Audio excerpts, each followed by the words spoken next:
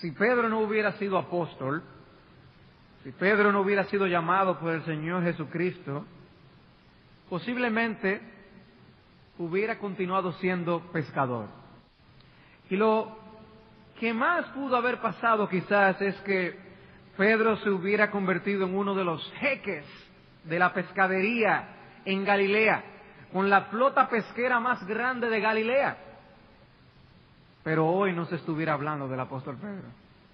Hoy no se estuviera hablando de don Pedro, el pescador, de don Pedro, el dueño de la flota pesquera. El impacto de su vida se hubiera quedado allí en aquellos días y nada más hubiera ocurrido. Pero por cuanto Cristo lo llamó y lo convirtió en uno de sus discípulos, fue un creyente y uno de los apóstoles, un instrumento en sus manos, Dios le utilizó grandemente para tocar la vida de los hombres, aún las nuestras, en esta época de este mundo. ¡Qué grande es la obra de Dios! Nos sorprende con los instrumentos que Él muchas veces utiliza y con lo que Él lleva a cabo con los instrumentos débiles que Él escoge, porque Él es el Dios Todopoderoso. Y hoy nosotros llegamos al final de esa serie de estudios acerca de la vida del apóstol Pedro. Y a Dios tenemos que darle la gloria por la obra que hizo en este siervo suyo. Hace un tiempo, alguien me envió un email, un correo electrónico, en el que me enviaba una historia que decía algo como esto. Hace ya un tiempo un grupo de señoras se reunieron en cierta ciudad para estudiar la Biblia. Mientras leían el 3er capítulo de Malaquías, encontraron una expresión notable en el 3er versículo que decía: Él purificará y los refinará como se hace con la plata. Una de las señoras propuso visitar un platero y reportarles a los demás lo que él dijera sobre el tema. Ella fue y, sin decir el objeto de su diligencia, pidió al platero que le dijera sobre el proceso de refinar la plata. Después de que el platero describiera el proceso, ella le preguntó: Señor, ¿se sienta usted mientras se lleva a cabo el proceso de la refinación? Oh, sí, señora, contestó el platero. Debo sentarme con el ojo fijo constantemente en el horno, porque si el tiempo necesario para la refinación se excede en el grado más leve, la plata será dañada. La señora inmediatamente vio la belleza y el consuelo de la expresión: Él purificará y los refinará como se hace con la plata. Dios ve necesario poner a sus hijos en un horno.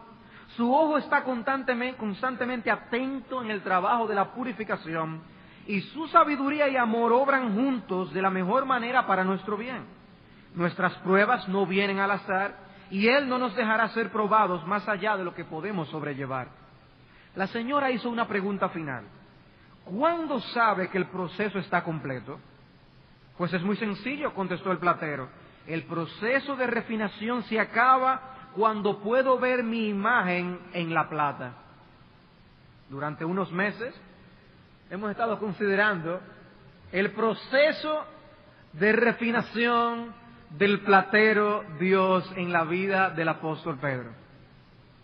Y puesto el ojo fijo allí en el horno, lo que estaba pasando con este hombre. Cristo estaba entrenando a su apóstol hasta el punto cuando la imagen de Cristo se podía ver claramente en el carácter y en la vida de este hombre. Dios hizo su obra en este instrumento. El Señor lo tomó, obró desde dentro hacia afuera, desde su corazón, para convertirle en un instrumento y en un trofeo de su gracia. Y Pedro fue lo que fue, y hizo lo que hizo por la gracia del Señor Jesucristo.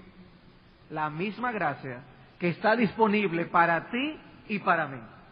Y al estudiar la biografía de este hombre, es evidente que Cristo lo tomó en un punto y lo llevó a otro. Cristo hizo esa obra. El mismo Cristo que puede hacer esa obra en nosotros, en tomarnos en un punto para llevarnos a otro lugar. Y en nuestro último estudio estuvimos considerando la muerte de Pedro, cómo este hombre murió para la gloria de Dios, lo que nos queda ver hoy es su legado, el testamento con la herencia que él nos ha dejado. ¿Y qué herencia nos dejó Pedro? Dos cosas: las joyas de sus epístolas universales y un tesoro de lecciones que se derivan de su testimonio y carácter. Veamos en primer lugar las joyas de sus epístolas universales. La Biblia es la palabra de Dios, pero está escrita con palabras de hombres. La Biblia es la palabra de Dios, pero escrita con palabras de hombres. Dios no nos dio su palabra a través de sus siervos sin dejar que sus personalidades y sus características se reflejaran en sus escritos. Y es por eso que nosotros podemos leer las profecías de Jeremías y notar una naturaleza distinta a las profecías de Isaías. La personalidad de Jeremías y la personalidad de Isaías eran diferentes y se deja ver en sus escritos. Las epístolas de Pablo son evidentemente diferentes a las epístolas de Pedro, porque Dios utilizó las características y las experiencias de cada uno de estos hombres para dar su palabra a los suyos. Es como una especie de filtro. Dios envía su palabra a través del filtro de estos hombres, de estos instrumentos humanos, y así nos llega a nosotros, marcada con las marcas de las características de cada uno de ellos. Y Dios obró en Pedro y lo moldeó para hacerle el hombre que iba a escribir esa porción de la palabra de Dios que se conocen como las epístolas de Pedro. Primera de Pedro, segunda de Pedro, vinieron a nosotros como resultado de la obra que Dios hizo en este hombre. Y qué privilegio tan grande Dios le dio a Pedro. Qué privilegio tan grande. Que alguien sea escogido para escribir una porción de la palabra de Dios. Eso es algo maravilloso. Eso es algo sorprendente. Increíble. Pero Dios escogió a ese personaje que hemos estado estudiando todas estas semanas para darnos una porción de su palabra. Y nosotros nos hemos beneficiado y eso nos llena a nosotros de gozo. El hecho de que Dios haya preparado a hombres a través de los cuales Él nos dejaría su voluntad revelada para que sepamos cómo vivir y cómo encontrar su bendición. Lo que Pedro era, desde que él fue formado en el vientre de su madre, lo que él aprendió y vivió junto a Jesús, lo que Pedro hizo después de Pentecostés, todo eso obró en su vida para hacerle lo que él llegó a hacer al final y para llevarle a ver las cosas a través de la óptica en que él las veía. Y así fue que escribió sus epístolas. Así fue que escribió sus epístolas. Cada detalle de su vida, cada conversación con Cristo, cada una de sus experiencias, sus tentaciones, sus luchas, sus tropiezos, cada una de estas cosas usadas por Dios para llevar a este hombre a ser quien él fue. Y luego para dejarnos por escrito las cosas que él dejó allí en las epístolas. Pedro escribió estas epístolas, primera de Pedro, segunda de Pedro, a iglesias reales de aquellos días. Y sin embargo, son epístolas de Dios para nosotros hoy. Se consideran universales en su circulación, pero podemos decir que es un legado para nosotros hoy, aquí en esta ciudad, en esta iglesia en específico. Tenemos un legado de Pedro que son sus epístolas. Pedro escribió su primera epístola, se cree alrededor del año 64 después de Cristo, a un grupo de iglesias en Asia Menor. Si ustedes buscan en el capítulo 1, versículo 1 de Primera de Pedro, ahí encontramos Pedro, apóstol de Jesucristo, a los expatriados de la dispersión en el Ponto, Galacia, Capadocia, Asia y Bitinia, elegidos según la presciencia de Dios Padre en santificación del Espíritu, para obedecer y ser rociados con la sangre de Jesucristo, gracia y paz os sean multiplicadas. Aunque la expresión expatriados de la dispersión puede dar la impresión de que se está dirigiendo a judíos, algunos piensan que es un lenguaje figurado de lo que él más adelante se refiere como extranjeros y peregrinos, porque son extranjeros y peregrinos de la patria celestial. En el capítulo 2, en el versículo 10, Él dice que ellos antes no eran pueblo, pero que ahora son pueblo. Algo que puede estar haciendo referencia a los gentiles. Y en el capítulo 4, versículo 3, dice que ellos antes también practicaron aquellas cosas que agradan a los gentiles. O sea que posiblemente este siervo de Dios que predicó el primer sermón donde se convirtió el primer gentil, también escribe sus epístolas a gentiles, a personas que no eran judíos. En cuanto a las riquezas que contienen estas epístolas, podemos mencionar varias cosas. Y lo primero que quisiera señalar es que en estas epístolas Pedro hace varias referencias a los sufrimientos de nuestro Señor Jesucristo y su muerte expiatoria. Recordemos que mientras Él estuvo en el ministerio de Cristo, mientras Cristo estuvo en la tierra predicando y enseñando, uno de los tropiezos con los que Pedro se enfrentó era que Cristo le decía: yo tengo que morir. Yo vengo a morir por mi pueblo. Yo vengo a dar mi vida en rescate por los míos. Y Pedro no entendía eso. Él tuvo tropiezo con ese anuncio que el Señor le hacía y por eso le dijo que nunca eso te acontezca. Pero aquí le vemos en las epístolas habiendo comprendido y asimilado esto con claridad. En el capítulo 1, versículo 10, vamos a leer varios pasajes de estas epístolas. Capítulo 1, versículo 10. Los profetas que profetizaron de la gracia destinada a vosotros, inquirieron y diligentemente indagaron acerca de esta salvación, escudriñando qué persona y qué tiempo indicaba el Espíritu de Cristo que estaba en ellos, el cual anunciaba de antemano los sufrimientos de Cristo y las glorias que vendrían tras ellos. Eso era algo anunciado de antemano. Era él que no lo entendía, pero ahora lo ve claramente y lo escribe en su epístola. Capítulo 1, versículo 18.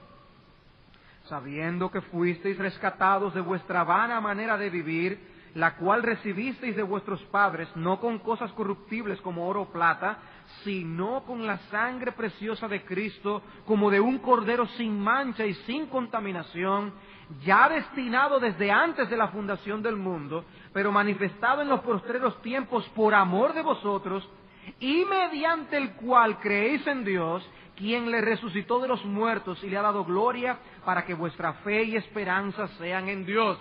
Y noten la claridad doctrinal con la que Pablo expresa esto. Y todos tenemos que entender que el propósito de la muerte de Cristo era para lograr la salvación de aquellos que creyeran en Él. Por eso al final, en el versículo 11 dice, para que vuestra fe y esperanza sean en Dios. Para que podamos ser salvos necesitábamos el sacrificio de Jesucristo. Sin esa muerte es imposible salvarnos. Si tú no crees que lo que Cristo hizo en ese tiempo en la cruz del Calvario tiene que ver contigo, no te salvarás. El carácter indispensable de la muerte de Cristo, el precio necesario para pagar por nuestra salvación. Y Pedro ahora lo ve bien claramente. Y es necesario que tú lo veas así de claro para la salvación de tu alma. Necesitas entenderlo, que la muerte de Cristo es imprescindible, que sin ese sacrificio tú no te puedes salvar. Capítulo 2, versículo 21. Capítulo 2, versículo 21. Pues para esto fuisteis llamados, porque también Cristo padeció por nosotros, dejándonos ejemplo para que sigáis sus pisadas, el cual no hizo pecado, ni se halló engaño en su boca, o sea que él murió a la muerte de un justo, quien cuando le maldecían no respondía con maldición, cuando padecía no amenazaba, sino encomendaba la causa al que juzga justamente, quien llevó él mismo nuestros pecados en su cuerpo sobre el madero. Y niños, ustedes tienen que entender esto también. Él llevó el pecado de su pueblo sobre el madero. Es la única manera en que el hombre puede salvarse. Si tus pecados, todos y cada uno de ellos, están en la cruz, para que nosotros, estando muertos a los pecados, vivamos a la justicia. ¿Por qué el pecado reina en el corazón de los hombres? ¿Por qué los hombres son tan malos? ¿Por qué los hombres son tan egoístas? ¿Por qué los hombres buscan solo su camino? Porque Cristo no ha cargado con sus pecados todavía. Porque Él murió para salvarnos de nuestros pecados, de nuestra maldad y darnos victoria sobre el pecado. Su muerte es lo que nos da esa victoria espiritual, para que así vivamos a la justicia. Vivamos a la justicia. Tú quieres vivir para la justicia, tú quieres vivir una vida significativa para la gloria de Dios, tú tienes que creer en Jesucristo. No hay otra manera, la muerte de Cristo es imprescindible, lo que está enseñando el apóstol en estos textos. En el versículo 18 del capítulo 3. Porque también Cristo padeció una sola vez por los pecados. Es un sacrificio perfecto. El sacrificio adecuado, el que se necesita. El justo por los injustos. ¿Para qué? Para llevarnos a Dios, siendo a la verdad muerto en la carne, pero vivificado en espíritu. ¿Para qué fue que Cristo murió? Para llevarnos a Dios. Sin esa muerte no llegamos a donde Dios. Una muerte necesaria. ¿Qué claridad tiene Pedro al hablar de estas cosas ahora? Capítulo 4, versículo 13. Gozaos por cuanto sois participantes de los padecimientos de Cristo. Capítulo 5, versículo 1. Al final, ¿qué dice? Yo soy testigo de los padecimientos de Cristo, que soy también participante de la gloria que será revelada. Testigo de los padecimientos de Cristo. ¿Cuál es uno de los temas de sus epístolas? La muerte de Cristo. La obra de Cristo. Pedro entendió el mensaje. Pedro lo entendió. Es evidente que el tema de los padecimientos es central. Los padecimientos del Señor. Y precisamente el tema con el que él tropezara tanto. Ahora, ¿qué hace él ahora? Él enseña acerca de esto. Él lo explica. Habla todo lo necesario con claridad para que la gente no caiga en el mismo error que él cayó. Y evitar ese inconveniente a los demás. Y entonces, él dice, nosotros tenemos ahora el privilegio de padecer juntamente con Cristo.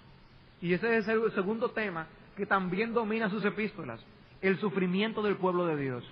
Los sufrimientos del pueblo de Dios. Y así como los sufrimientos de Cristo tenían un sentido, un propósito, así tienen un propósito nuestros sufrimientos también. Dice, hermanos, por eso no se sorprendan del fuego de prueba que os ha sobrevenido. Es que esta es la manera, es así que tiene que ser. Hay una razón de ser que es para la gloria de Dios y para nuestro propio bien. Para la gloria de Dios y nuestro propio bien. Me le compartía antes de venir para acá uno de los pastores un material de lo que estaba leyendo. Vivimos en una sociedad en la que nosotros nos pasamos la vida entera tratando de mantener nuestro confort, mantener la seguridad y la tranquilidad, y aferrados a eso, ahí pasamos rompiendo corozo, como dicen, la semana entera. Y el tiempo que nos sobra se lo damos a Dios. El tiempo que nos sobra es lo que se lo damos a Dios. Dice, no. Estamos que no queremos admitir que la utilidad nuestra en el reino de Dios y para la gloria de Dios es en medio del sufrimiento. Es en medio de los inconvenientes. Es en medio de esta situación. En otras palabras, para nosotros poder servir a Dios, nosotros no tenemos que vivir en una sociedad donde las cosas, todos nos salgan como nosotros queramos. Entonces, si ya todas las cosas están amarradas, entonces yo sirvo a Dios. ¿No? Dios quiere que nosotros sirvamos a Dios en medio del dólar como está, en medio de los apagones como están, en medio de la condición económica, política, lo que sea. En esa condición es que Dios quiere que nosotros le sirvamos a Él. Y en esa condición, no que le demos a Dios lo que nos sobra, sino nosotros le demos nuestra vida en medio de esa condición. Esa es la voluntad de Dios. Es duro a veces admitirlo, y uno no quiere. Cuando uno tiene el apagón y no puede a bañarse, dormir bien y descansar y todo lo demás, Dios quiere que sigamos sirviendo a Dios. Dios quiere que sigamos sirviendo a Dios. Los sufrimientos son parte de la vida cristiana. ¿Quieren verlo? Pedro, enséñanos. Primera de Pedro, capítulo 1, versículo 6. Primera de Pedro, capítulo 1, versículo 6. En lo cual vosotros os alegráis, aunque ahora por un poco de tiempo, si es necesario, tengáis que ser afligidos en diversas pruebas, para que sometida a prueba vuestra fe, mucho más preciosa que el oro, el cual, aunque perecedero, se prueba con fuego, sea hallada en alabanza, gloria y honra cuando sea manifestado Jesucristo. Afligidos en diversas pruebas. Capítulo 2, versículo 11. Amados, yo os ruego como a extranjeros y peregrinos que os abstengáis de los deseos carnales que batallan contra el alma, manteniendo vuestra buena manera de vivir entre los gentiles, para que en lo que murmuran de vosotros, como de malhechores, glorifiquen a Dios en el día de la visitación al considerar vuestras buenas obras. ¿Qué tenían que soportar estos cristianos? La murmuración y críticas. ¿Y por qué ustedes hacen esto así? Uy, pero ustedes sí son quisquillosos, ustedes sí son fanáticos. Es que tenemos que hacer la voluntad de Dios. Y vivimos en días, en nuestra nación, donde cada vez más, cada día que pasa, nuestras creencias son confrontadas por las personas que están a nuestro alrededor. En la manera que oramos, leemos las Escrituras, llevamos nuestra familia, criamos a nuestros hijos, todo es criticado, todo es visto de manera diferente por cómo lo ven algunas personas que saben más que Dios. Pero no saben más que Dios. Tenemos la palabra de Dios y tenemos que vivirla, tenemos que apropiarnos de ella y dar testimonio, aunque murmuren de nosotros, como dice Pedro. Aunque murmuren en contra de nosotros. Capítulo 2, versículo 19. Porque esto merece aprobación, si alguno, a causa de la conciencia delante de Dios, sufre molestias padeciendo injustamente. Pues, ¿qué gloria es? Si pecando sois abofeteados y lo soportáis. Mas si haciendo lo bueno sufrís y lo soportáis, esto ciertamente es aprobado delante de Dios. Pues para esto fuisteis llamados. Espérate, Pedro, un momento. ¿Cómo? Repite eso de nuevo. ¿Que para esto yo qué? Mi hermano, para eso fuimos llamados. Pero yo pensaba que era de otra manera. Yo pensaba que era diferente. Dice, porque también Cristo padeció por nosotros, dejándonos ejemplo para que sigáis sus pisadas. Que Cristo, esa fue la senda que tomó y dice, sigue, no te pares, ven detrás de mí, pisa donde yo pisé. Señor, espera, sí, que debemos imitarle, y el sufrimiento es parte de eso. Capítulo 3, versículo 13. ¿Y quién es aquel que os podrá hacer daño si vosotros seguís el bien? Mas también si alguna cosa padecéis por causa de la justicia, bienaventurados sois. Por tanto, no os amedrentéis por temor de ellos, ni os conturbéis. Dice, no tengan miedo, echen para adelante. Y estos hermanos estaban sufriendo, estaban padeciendo, y Pedro le dice, sí, es así, no tengan miedo y echen para adelante. No echen para atrás. Versículo 16, teniendo buena conciencia, para que en lo que murmuran de vosotros como de malhechores, sean avergonzados los que calumnian vuestra buena conducta en Cristo. Porque mejor es que padezcáis haciendo el bien, si la voluntad de Dios así lo quiere, que haciendo el mal. Dice que padezcan haciendo el bien. Capítulo 4, versículo 12. Amados, no os sorprendáis del fuego de prueba que os ha sobrevenido, como si alguna cosa extraña os aconteciese. Ay, pero tú sabes lo que estoy pasando. Como si alguna cosa extraña os aconteciese, sino gozaos, por cuanto sois participantes de los padecimientos de Cristo, para que también en la revelación de su gloria os gocéis con gran alegría. ¿Saben qué, hermanos? A veces nosotros reaccionamos como si las pruebas y los sufrimientos fueran cosas extraordinarias de la vida cristiana. Y eso, dice Pedro, eso no es así. Eso no es así, eso es parte natural de la vida cristiana. Si sois vituperados por el nombre de Cristo, sois bienaventurados, porque el glorioso Espíritu de Dios reposa sobre vosotros. Una muestra de que el Espíritu de Dios está con ustedes. Obviamente, dice, que sea como cristianos que ustedes padezcan, no como malhechores, no por hacer lo malo. Capítulo 5, versículo 6. Humillaos pues bajo la poderosa mano de Dios, para que Él os exalte cuando fuere tiempo. ¿Cómo? Echando toda vuestra ansiedad sobre Él, porque Él tiene cuidado de vosotros. Él tiene cuidado de vosotros. En medio de esas aflicciones lo que tenemos que hacer es confiar en nuestro Salvador. Echarnos en sus brazos, que Él nos cuida. La pregunta es, ¿hubiera Pedro podido escribir todas estas cosas si él mismo no hubiera experimentado la gracia sustentadora del Señor en medio de sus caídas y tropezones? Dios utilizó sus experiencias para escribirnos con estas cosas, y con el consuelo con que Él fue consolado, ahora puede consolar a otros. Y por eso vamos a estas epístolas. En medio de esas situaciones encontramos el consuelo del Espíritu de Dios. Porque Dios obró de esa manera en el corazón de este hombre. Lo preparó para escribir esto. Otro tema favorito de Pedro, y con el que nos consuela en medio de nuestros sufrimientos, es que Él presentaba continuamente la gloria futura del creyente. La gloria futura del creyente. Capítulo 1, versículo 3. Capítulo 1, versículo 3.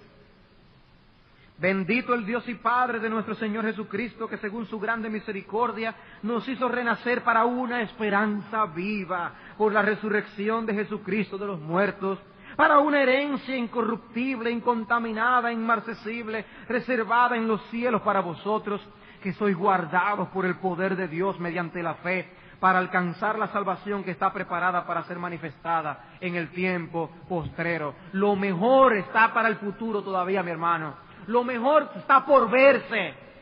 Nosotros hemos disfrutado la gracia de Dios, la bendición de Dios, su sostén con nosotros, pero lo mejor todavía viene. Esto no se acaba ahí. Lo mejor viene después. Es una esperanza reservada para nosotros, inmarcesible. La salvación destinada para nosotros. Lo que Dios tiene por verdadera salvación todavía está por verse.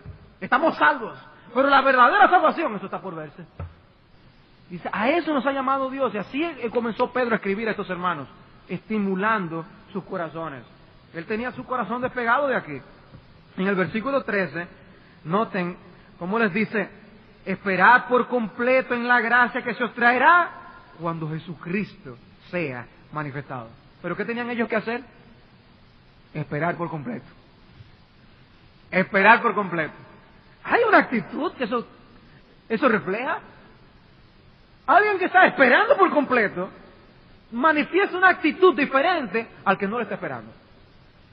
Nuestro deber, conforme a ese texto, es que nosotros debemos tener una actitud de espera para eso que ocurrirá cuando nuestro Señor sea manifestado. En el capítulo 2, versículo 11, nos identifica como extranjeros y peregrinos. O sea que no somos de aquí, somos ciudadanos del cielo, estamos de paso por aquí. Capítulo 4, versículo 7.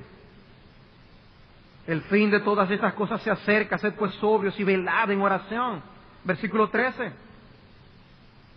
Gozaos por cuanto sois participantes de los padecimientos de Cristo, para que también en la revelación de su gloria os gocéis con gran alegría. Dice, hermano, es que la gran alegría viene, eso viene, hermano. Va a venir un tiempo de festejo, un tiempo de gozo. Eso es increíble.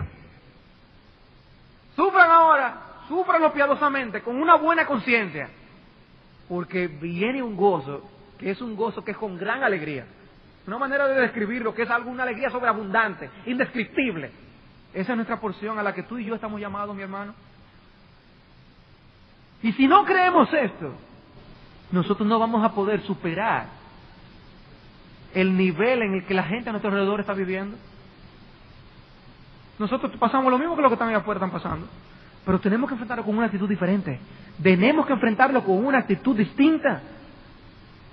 Estos hermanos estaban a punto de perder sus vidas estaban en riesgo. Y Pedro los está entusiasmando, diciéndoles, hermanos, Cristo viene. Cristo viene, esto no va a durar así para siempre.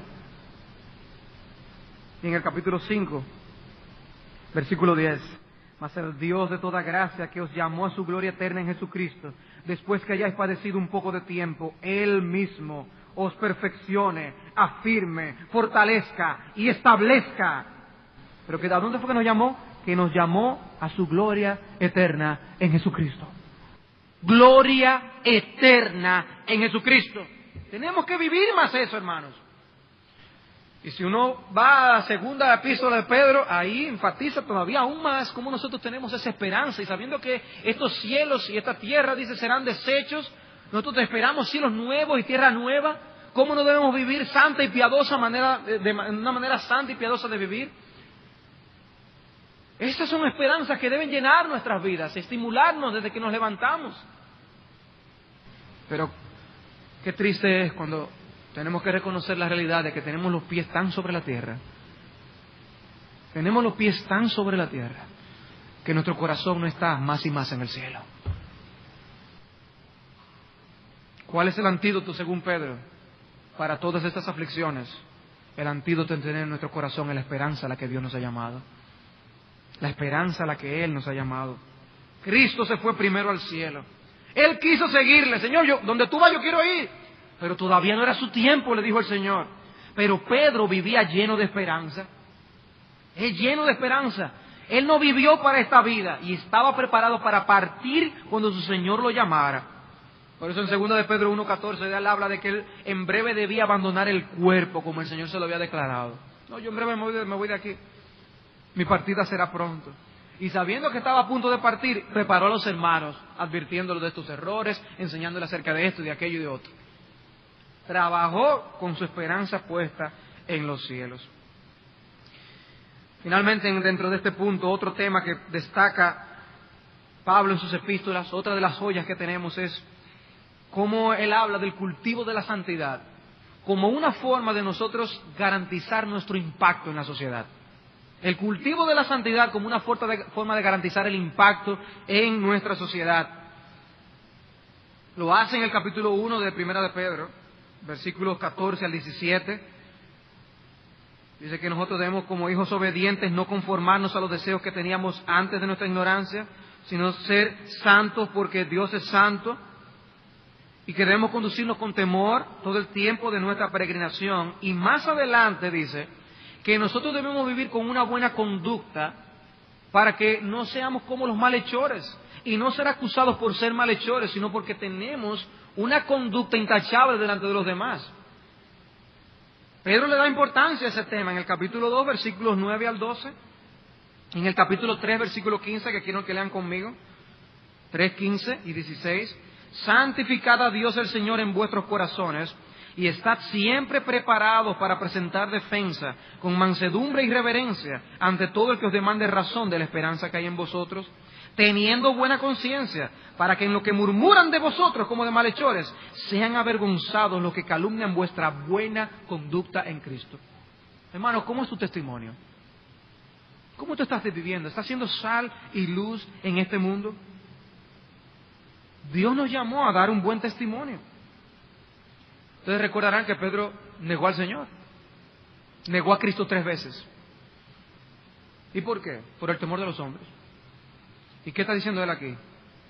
Ahora ustedes estén preparados para presentar defensa con mansedumbre y reverencia ante todo el que demande razón de la esperanza que hay en ustedes. Él les dijo, nosotros tenemos una esperanza y tenemos que vivir de acuerdo a ella, siempre. Esa experiencia le sirvió de algo. Le sirvió de algo. De manera que simplemente quería darles una muestra de las cosas que nosotros tenemos en las epístolas de Pedro. Cosas que surgieron, brotaron necesariamente de la obra que Cristo hizo en el corazón de este hombre. Las experiencias, el trato de Dios con él. Y nosotros tenemos esas epístolas para nosotros hoy como un legado de este siervo de Dios del pasado. Todos esos tropezones, todas esas cosas que estudiamos, Dios las utilizó en este hombre para prepararlo, para escribir esas cosas para ti y para mí. Para ti y para mí. Eso que se escribió hace tantos años. ¡Qué bendición! ¡Qué gozo! ¡Cuánto bien ha hecho Dios a través de estas cartas al pueblo de Dios! Pero en segundo lugar, no solamente nosotros tenemos el legado de las epístolas de Pedro, sino que también tenemos un tesoro de lecciones que se derivan de su testimonio y de su carácter. Un tesoro de lecciones que se derivan de su testimonio y de su carácter. Gran parte de lo que nosotros vimos en la vida de Pedro fue resultado de la obra creadora de Dios.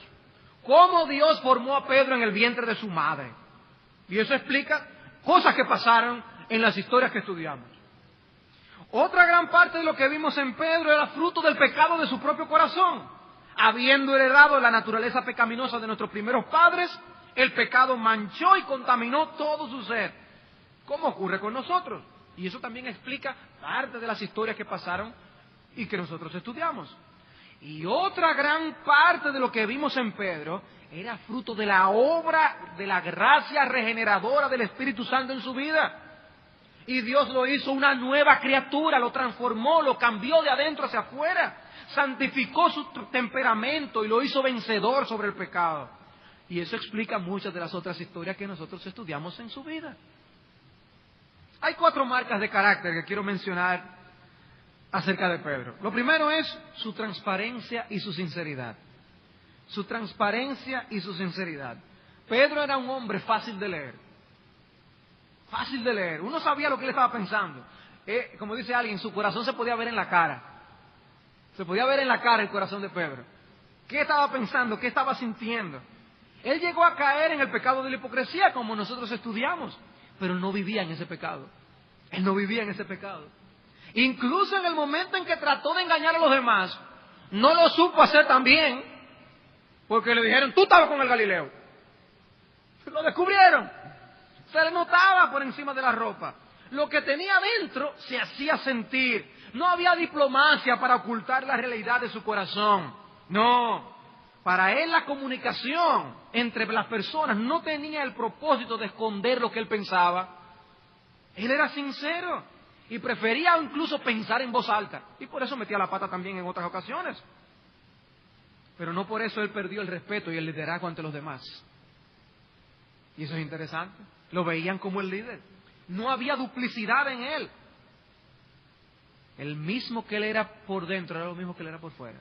Un hombre sincero, lo hacía todo a la vista de todos. Y esa forma de carácter choca con el carácter reticente y reservado con el que muchos se manejan a nuestro alrededor, que detienen el que la gente se acerque mucho a sus vidas. Hay quienes han llegado a ver el hecho de ser inescrutable como si fuera una virtud, y no necesariamente. El Señor supo ver la franqueza de Pedro y trabajar con él en esa área para utilizarle para la gloria de Dios. Sí, en ocasiones llegó más lejos de la cuenta, como cuando él le reprochó a Cristo que hablara de que él iba a morir. Se le fue la mano, no hay duda. O su reacción cuando Jesús le fue a lavar los pies a los discípulos, ustedes recuerdan que estudiamos. No me laves, no me laves a mí. Pero su hablar era genuino. Y hermanos, el error de un hombre genuino es mejor que la hipocresía de uno falso. El error de un hombre genuino es mejor que la hipocresía de uno falso. Judas se supo comportar de tal manera que nadie se dio cuenta de que era un hipócrita traidor. Tenía dominio propio, entre comillas, para saber qué hablar, qué decir, cuándo actuar, qué hacer. ¡Qué dominio propio! ¡Qué dominio de escenario tenía Judas! Ese no era Pedro. Ese no era Pedro. Pedro era un hombre sincero. Y los momentos más tristes de Pedro fueron aquellos en los que él incursionó en la hipocresía o en el engaño. Esos fueron sus momentos más tristes. Y yo te pregunto, ¿estás tú ocultando un carácter distinto bajo una máscara? ¿Concuerda la opinión que tienen las personas acerca de ti con la opinión que tiene Dios? ¿Concuerda? Pedro era un hombre sincero, transparente. En segundo lugar, vemos en Pedro su prontitud y precipitación. Su prontitud y precipitación. Actuaba rápidamente, actuaba sin mucha deliberación, era un hombre de acción. Y si creía que algo tenía que hacerse o decirse, lo hacía y lo decía. Fue pronto en reaccionar: apártate de mí que soy yo un hombre pecador. Señor, ¿a quién iremos? Tú tienes palabras de vida eterna. Hablaba instantáneamente. Cuando Juan llega al sepulcro, él no quiere entrar, pero Pedro desde que llega entra. Actuaba con prontitud. Cuando lo fueron a buscar para que fuera donde Dorcas, que había muerto, fue a Jope, fue directamente. Cuando lo fueron a buscar para ir donde Cornelio, salió inmediatamente. Actuaba con prontitud. Y su prontitud le llevó a hacer otras cosas que otros no llegaron a hacer. Pero al mismo tiempo le expuso a situaciones donde el pensar y consultar le hubiera sido de mucha ayuda. Como por ejemplo, él no le hubiera cortado la oreja a Malco cuando le arrancó la oreja. Hubiera recapacitado, hubiera preguntado y no hubiera cometido eso. Ahora bien, así como este aspecto de carácter le llevó a precipitarse, también le llevó a abandonar rápidamente el mal camino cuando lo tomaba. Señor, no me lavará los pies jamás. Si no te lavo no tienes parte conmigo. No, lávame la cabeza, el cuerpo, todo lo que tú quieras. Inmediatamente recapacitaba y actuaba. También se arrepentía rápido. No permanecía en el error simplemente por mostrar que era una persona consistente en su error. No, él cambiaba de actitud. Sí, tenemos que reconocer el camino de la prudencia y las virtudes que eso tiene. La Escritura nos dice que el sabio considera sus caminos, advierte los peligros. Pero como dice William Taylor, el mundo no le debe mucho a la gente prudente que siempre tiene miedo de hacer algo, sino hasta que está seguro de saber de lo que está haciendo es lo correcto. Si Lutero hubiera sido un hombre con ese tipo de temperamento, no habría habido reforma. Dice, hay que actuar también, hay que tener prontitud también. Sí, hay que ser prudente. Pero cuidado de nosotros ocultarnos tras la prudencia para no hacer la voluntad de Dios. Para no hacer la voluntad de Dios. Hay asuntos, hermanos, de obediencia que solo pueden ser cumplidos con la determinación de Pedro. Por eso el salmista en el Salmo 119, en el versículo 60, dice, me apresuré y no me retardé en cumplir tus mandamientos. Hay una diligencia que tenemos que poner en lo que nosotros vemos que la palabra de Dios nos llama a hacer. Pero nosotros muchas veces somos lentos en buscar qué es la voluntad de Dios para casos determinados en nuestra vida. Y dame yo no preguntar para yo no enterarme mucho acerca de cosas. No, busca qué es la voluntad de Dios y actúa conforme a la luz que Dios te da. Porque la dejadez y las postergaciones con que muchos tratan la palabra de Dios son causantes de muchas desobediencias al Altísimo. Muchas. Y quizás no se propasen y viven comedidamente según la opinión de los hombres. Pero también es cierto que hay muchas cosas que se dejan de hacer por falta de prontitud y diligencia. En tercer lugar, su coraje y valentía. Su coraje y valentía. Sería cometer injusticia decir que lo que él hizo cuando negó al Señor y con lo que pasó en Antioquía cuando se dejó de reunir con los gentiles eran las marcas de su vida. Eso sería una injusticia. Es cierto que en esos momentos quedó atrapado por el temor de los hombres como estudiamos, pero esa no era su conducta predominante. Lo que le marcó era la valentía y el denuedo. Se atrevió a caminar sobre las aguas. Se metió en el lío de la negación, porque él fue el que más se acercó para seguir a Cristo y ver lo que pasaba con él. Era valiente, era guapo. También hay que notar su conducta ante el concilio. Cuando lo interrogan, él habla con denuedo y responde. Ni siquiera titubeó en sus respuestas. También estuvo dispuesto a morir en las manos de Herodes. Estaba tranquilo durmiendo, sabiendo que el otro día le iban a cortar la cabeza. Y al final de cuentas murió como un mártir. Fue un hombre valiente. Y cuando le cortó la oreja a Malco, él tenía un ejército ahí delante de él. Y él se atrevió a sacar la espada y arrancarle la oreja. Era guapo. Pedro era guapo. La pregunta para nosotros es, ¿cómo vamos a actuar tú y yo delante de la tentación? ¿Nos ponemos como unos blanditos delante de la tentación? ¿O nosotros actuamos con valentía? Nos flojamos todos. ¿Qué fue lo que hizo la diferencia entre el Pedro que actuó valientemente ante el concilio y el Pedro al que se le flojaron las piernas cuando la criada le preguntó si era del Galileo?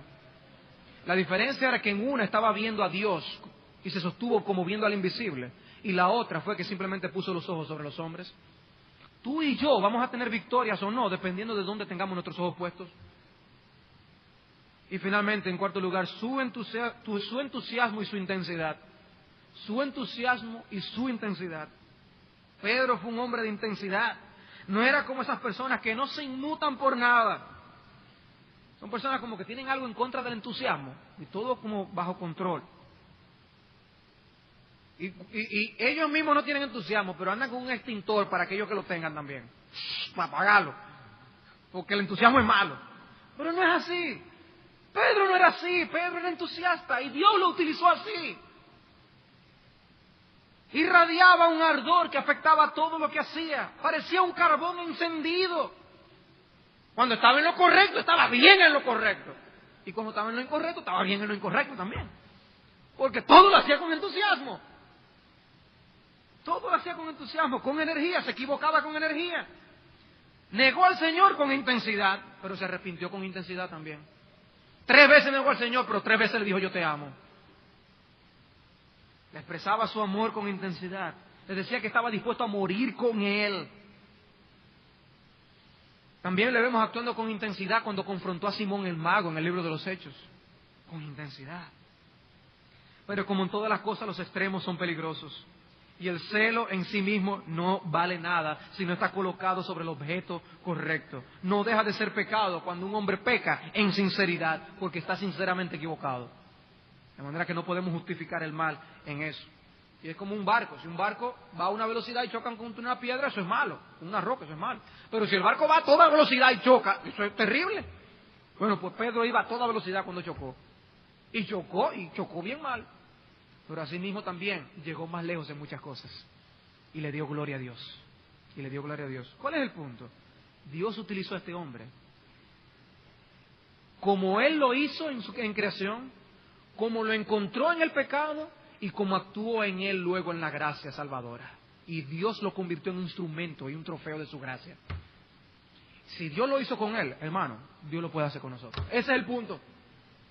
Dios lo puede hacer contigo y conmigo. Dios lo puede hacer. Porque es Dios que lo hace. Es Dios que lo hace. Y la gloria es para Él.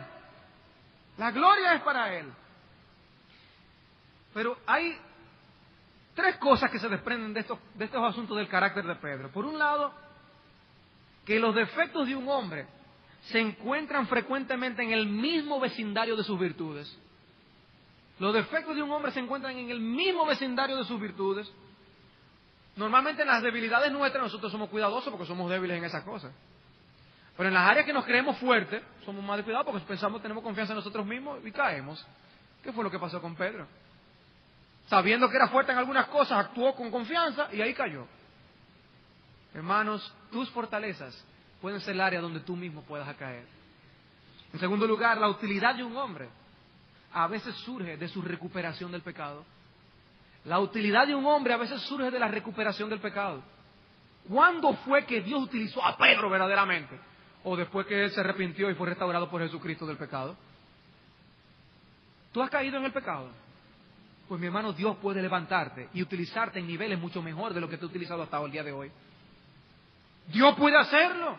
No te apoques. No te entregues en los brazos del maligno. No le hagas caso a él. Dios puede sacarte del hoyo y utilizarte.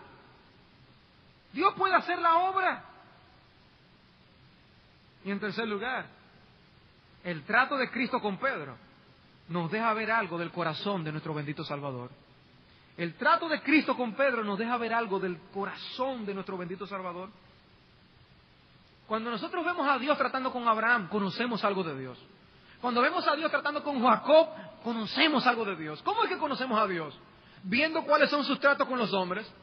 Pues nosotros conocemos algo del corazón de nuestro Salvador. ¿Cómo palpita su corazón con su trato con Pedro? Viendo cómo lo toma y lo restaura después de su caída y haberle negado 3 veces. Hermanos, eso nos dice algo del corazón que tiene Cristo para con nosotros cuando caemos en el pecado. Que lo que Cristo quiere es nuestro bien, lo que Cristo quiere es nuestra restauración, no que nos entreguemos más a los brazos del pecado. Cristo quiere utilizarte para su gloria. No te entregues, no te rindas, porque Él tiene un corazón para levantarte a niveles de utilidad que no conoces. Ese es el corazón de nuestro Salvador. ¿Has negado tú a Cristo en tu vida privada, en tu familia, en tu trabajo, en tu negocio? Entonces aprende de la vida de Pedro que Cristo perdona a aquellos que vienen a Él en arrepentimiento y fe. Regresa al Salvador. Él es el buen pastor que deja las 99 para buscar la que estaba extraviada. O como dice el Salmo 23, Él es el buen pastor que Él confortará mi alma. Me guiará por senda de justicia por amor de su nombre. Él puede hacer eso en tu vida, mi hermano. ¿Dónde estás tú? Donde quiera que estés, ve donde Cristo. Ve a Cristo. Regresa al corazón del pastor. Y a los amigos que están aquí escuchándonos, más que apóstol, más que discípulo, más que escritor de epístolas en el Nuevo Testamento, lo principal en Pedro fue que fue un creyente en Jesucristo. Un creyente en Jesucristo. Cuando él escribió su primera epístola, él dice: bendito el Dios y Padre de nuestro Señor Jesucristo, que según su grande misericordia nos hizo renacer para una esperanza viva. Y Él se incluye con todos ellos. Nos hizo renacer para una esperanza viva. Mi amigo, tú también puedes renacer. Tú también puedes tener un nuevo sentido en tu existencia, teniendo fe en Cristo.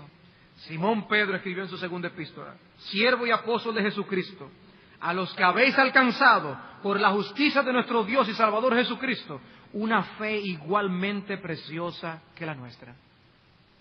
Una fe preciosa. La misma fe de Pedro es la que Cristo te ofrece hoy a ti.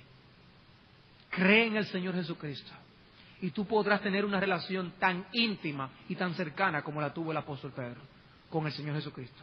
Ven a ser de los discípulos de Cristo.